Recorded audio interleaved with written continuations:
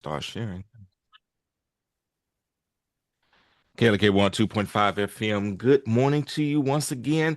This is July 15th, 2026, and this is our special monthly community conversations Bridge Talk segment. And today our topic is Beyond the Honeymoon Phase, Building the Systems That Sustain Your Nonprofit. So if you are a nonprofit leader, you definitely want to listen to what Shanquetta has to say today because this is going to be some great nuggets of information that can help not just fulfill your mission, but to grow it as well. But won't waste any more time. I'm going to go ahead and let Shanquetta take it away.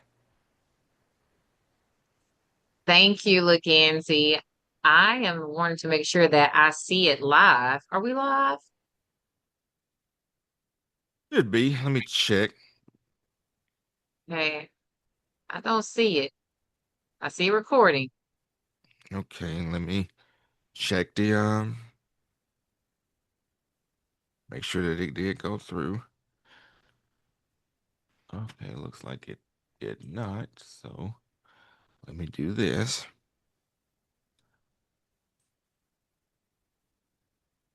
Thought I pushed the button.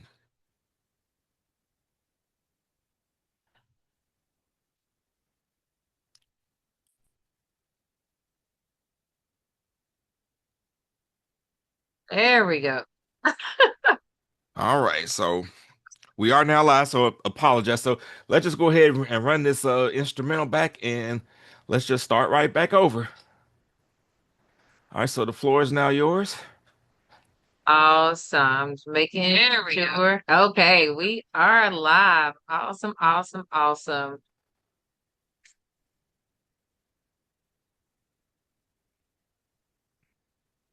Okay, making sure I share as well. Good morning and welcome to today's conversation. Uh, we usually meet on Tuesdays, but our great founder here, Kelly K, is touring the world.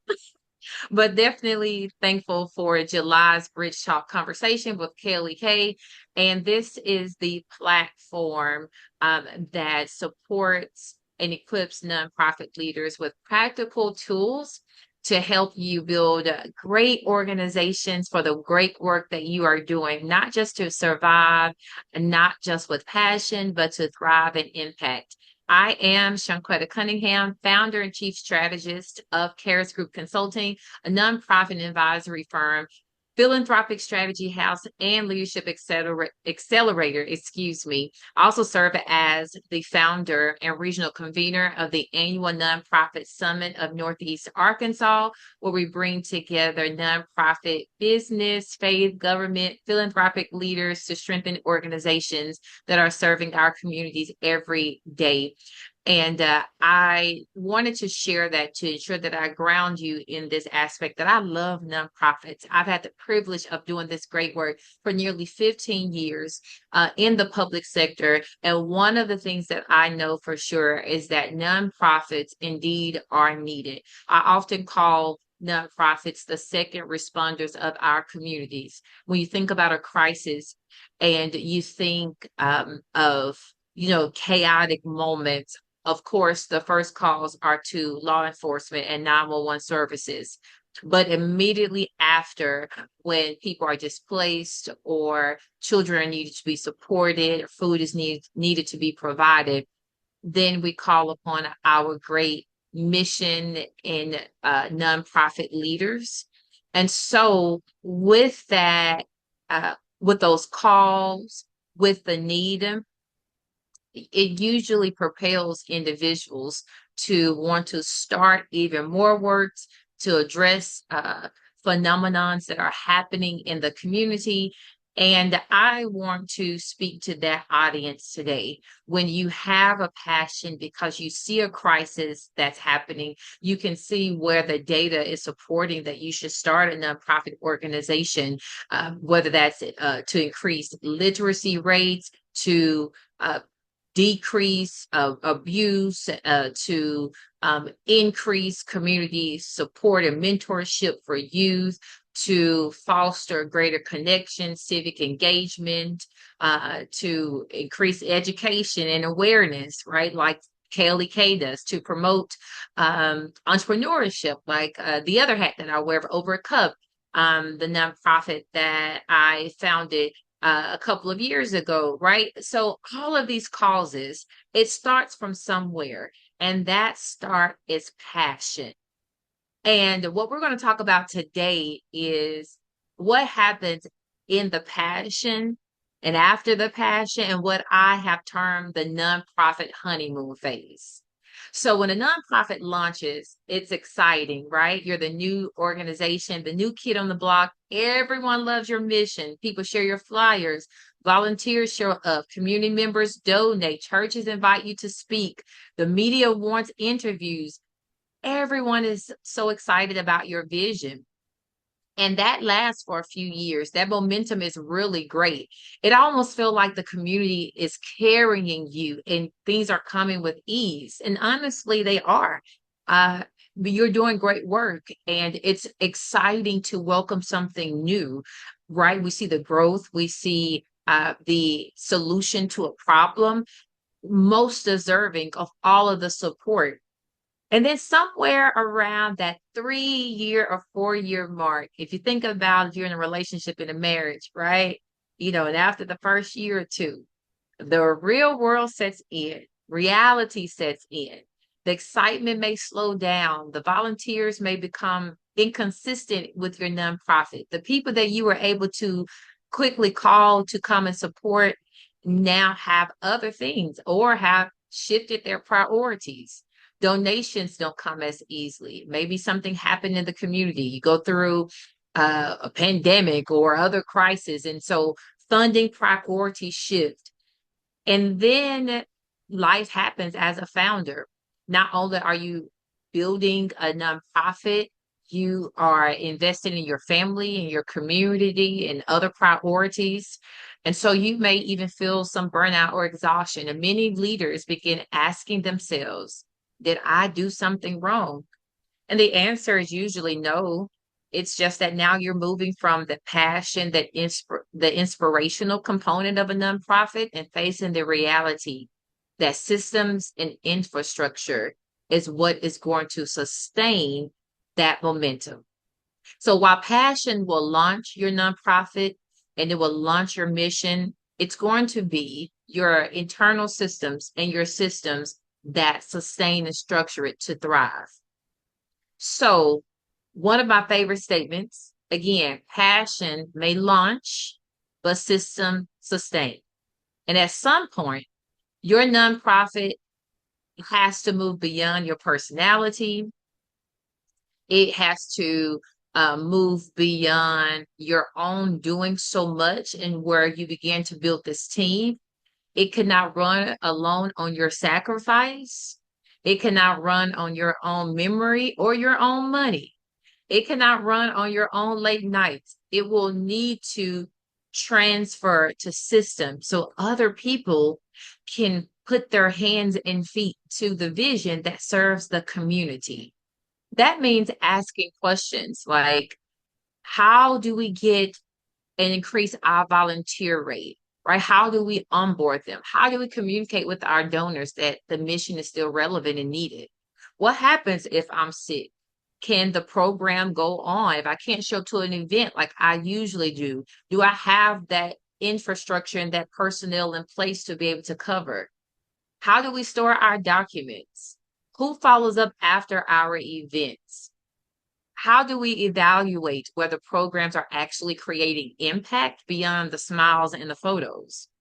These aren't glamorous conversations that a lot of people want to hear when they're talking about nonprofit, because usually what we want to hear, I have passion, I want to start, I want to launch, I'm doing great work, I need money. But I'm going to share with you as a strategist and consultant that you are absolutely right, but there is an expansion and more to that conversation. These boring questions, these questions like, or we think they don't matter. These are actually the questions that keep your organization alive and thriving. So let me just give you signs that you are probably approaching, and you may already be there, right? That of outgrowing the honeymoon phase. So trust me, and let me also land this. This is not something to where, as a consultant, I'm pointing fingers at you.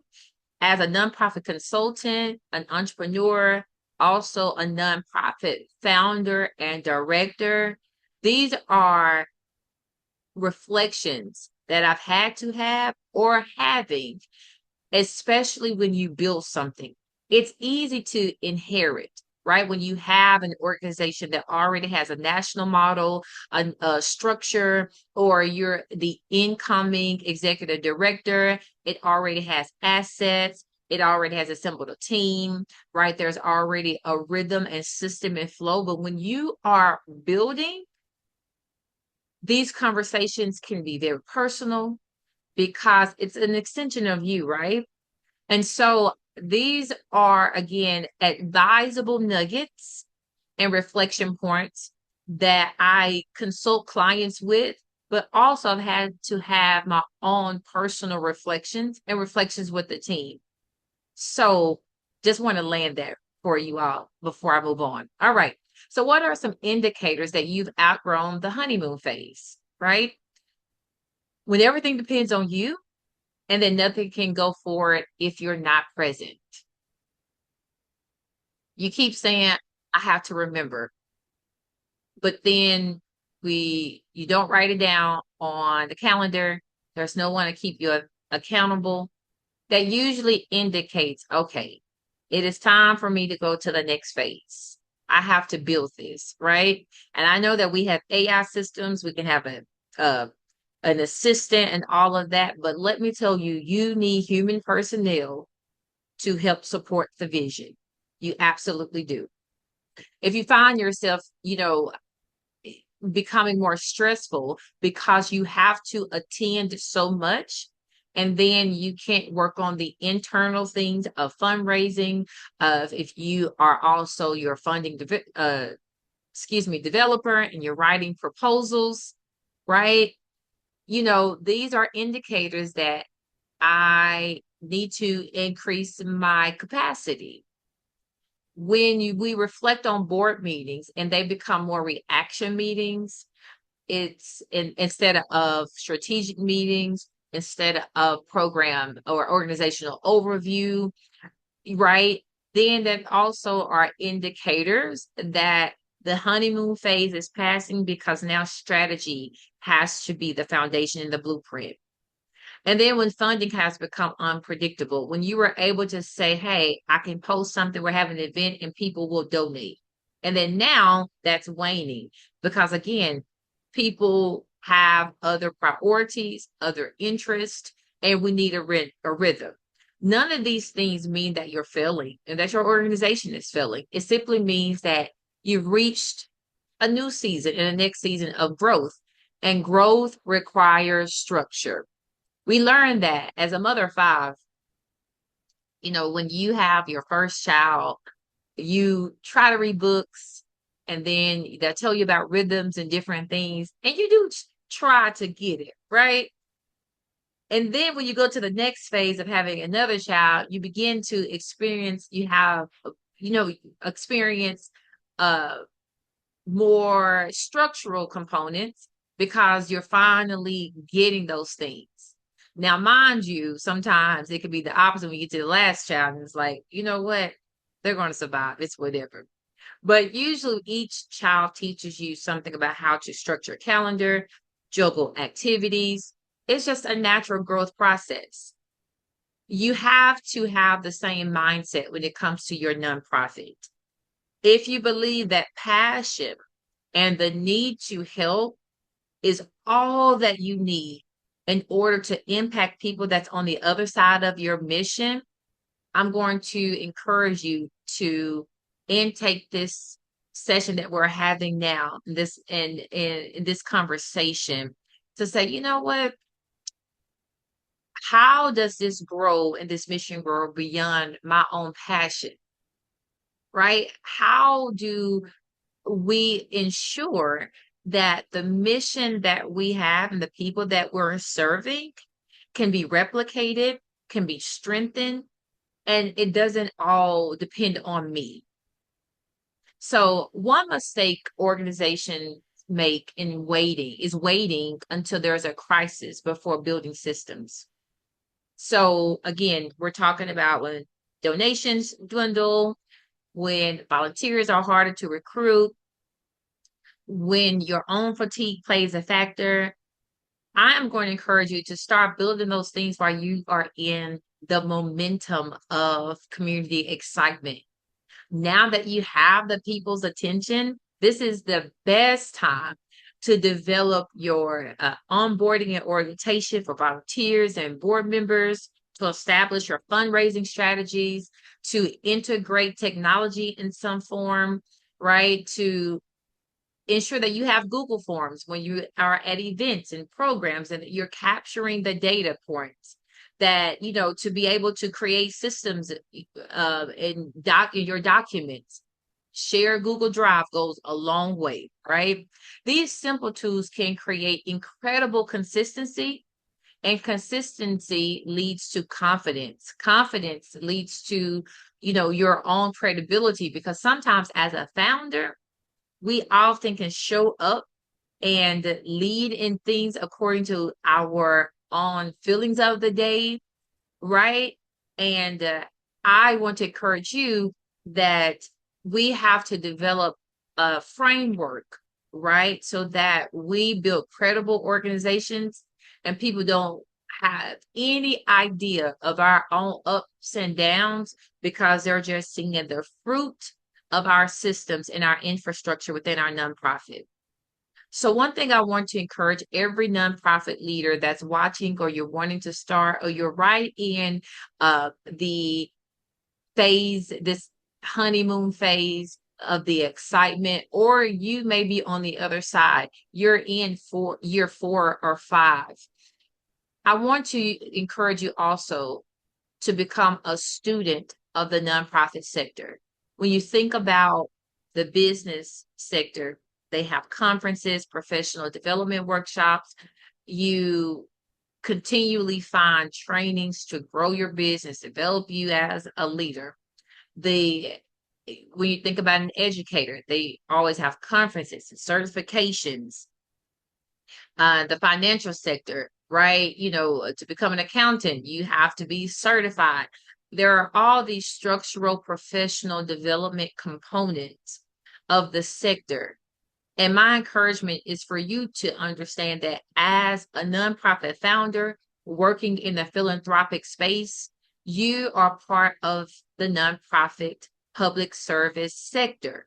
So I want you to, dive into reading Candid and Nonprofit Quarterly and Chronicle of Philanthropy, your local community foundation newsletters, Caris Group Consulting newsletter, right? You want to ensure that you are intaking information about your sector so you understand how things are flowing, how donations are flowing, what are the roadblocks to philanthropy, especially if you're living in rural communities. What are the data points of funding distribution, right? All of these things play a factor beyond your passion.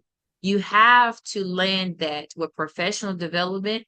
You have to land this in this sector with understanding your demographic, your target population. Is one thing that you want to support the unhoused. What are the other sociological and economical and demographic data points that also influences why people are homeless, why mental health crisis is rising among that population, understanding the entire sector. So a part of the nonprofit honeymoon phase is equipping yourself with the knowledge and information on how to thrive. If you are a nonprofit leader, hear me when I say, and I'm speaking to you as a convener, we've celebrated 10 years of the annual nonprofit summit of NEA. And year after year, it's always a journey to ensure that people and nonprofit leaders and mission leaders get to the conference. because you're so busy doing the work that you forfeit understanding the work, understanding the systems, connecting with peers. Professional development should not be an option. So again, if you're a newly nonprofit leader, even if you're a seasoned, do not forfeit that passion will only get you so far. And where it's a baton, where passion begins, now we need to take it into professional development to our programs so that we can see the productivity, right, of that impact. It isn't, it's leadership, stewardship, right? The better informed we are, the better we serve our communities, the more that we can move um, into the solutions that we need for the income that we need to make the impact that we want to see so that our communities can be better. And sustainable impact requires that we transition from passion to process. And so, with that, as our time is winding down for today's segment at Caris Group Consulting, that is our role to support nonprofits to strengthen your governance and build fundraising strategies, improve board effectiveness, create systems, and position your organization for the long term sustainability and greater community impact. We want you to thrive so well that you actually work yourself out of a mission.